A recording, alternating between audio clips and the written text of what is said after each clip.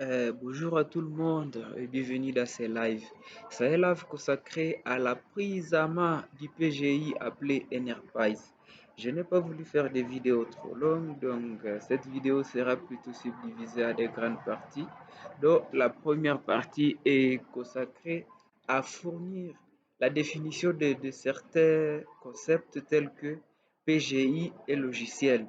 Alors la deuxième partie de cette vidéo sera consacrée à fournir la deuxième partie de cette vidéo sera consacrée, tel que je viens de le dire, à fournir une explication en détail sur les différentes fonctionnalités de notre logiciel de gestion intégré Enterprise. Les autres parties consacrées aux exemples seront publiées dans quelques jours ou quelques semaines, vu que le logiciel que nous utilisons, c'est un logiciel qui travaille en ligne et il se trouve que nous avons le problème de connexion. Les connexions, ça ne va vraiment pas avec les connexions pour que nous puissions ou pour que nous ayons la capacité de défiler de chaque menu à un autre. C'est vrai qu'il y a d'autres logiciels comptables qui fonctionnent ça qu'ils soient en ligne. C'est possible parce que nous avons les exemples tels que QuickBooks, il y a Banana, il y a Sage. C'est là sont des logiciels eux qui fonctionnent ou qui ont la capacité de fonctionner sans être nécessairement en ligne. Mais celui qui nous a intéressé est plutôt celui-là intitulé Enterprise. Donc, je ne pense pas que ça sera très compliqué puisque le PGI Enterprise est plutôt simple. Alors, allons-y. En fait, un logiciel, c'est un ensemble de programmes, de procédures et des règles ainsi que des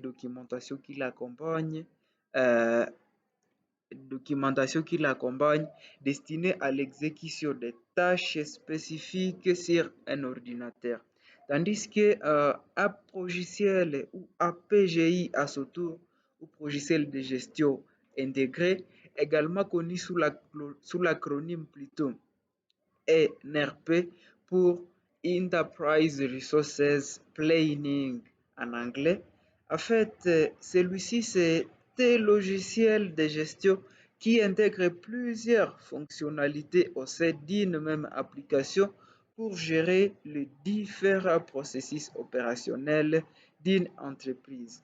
Alors, les principaux modules de PGI ou logiciel de gestion intégré peuvent être ou peuvent inclure la gestion des ressources humaines, par exemple, la gestion des finances, il y a la gestion, par exemple, des approvisionnements, de la production, des ventes, de la logistique, etc. Donc, il y en a d'autres tâches ou pas mal de tâches que celui-ci devra intégrer pour gérer. Et donc, si je pourrais me permettre d'établir une différence entre un logiciel et un logiciel de gestion intégrée, je pourrais dire que, ou plutôt ce que vous devriez comprendre, c'est que pour un logiciel, lui ne gère qu'un seul, lui ne gère qu'un seul secteur d'activité de l'entreprise parmi tant d'autres dans l'entreprise. Vous savez, l'entreprise ne peut pas gérer qu'un seul secteur d'activité, mais plusieurs.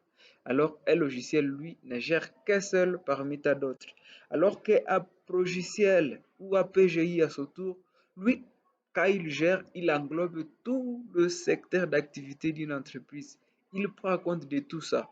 Parce que vous savez, dans l'entreprise, tel que je venais de le dire avant, il y a plusieurs tâches disons que comme je l'ai cité là-haut, j'ai cité certains. Il y a par exemple la gestion des ressources humaines, je ne sais pas moi, des finances, je ne sais pas des approvisionnements, je ne sais pas de la production. Il y a des approvisionnements, il y a de ventes par exemple. Donc tout ça, et PGI permet de prendre tout ça à compte ou de gérer tout ça au temps réel. Il permet de gérer tout ça vraiment au temps réel.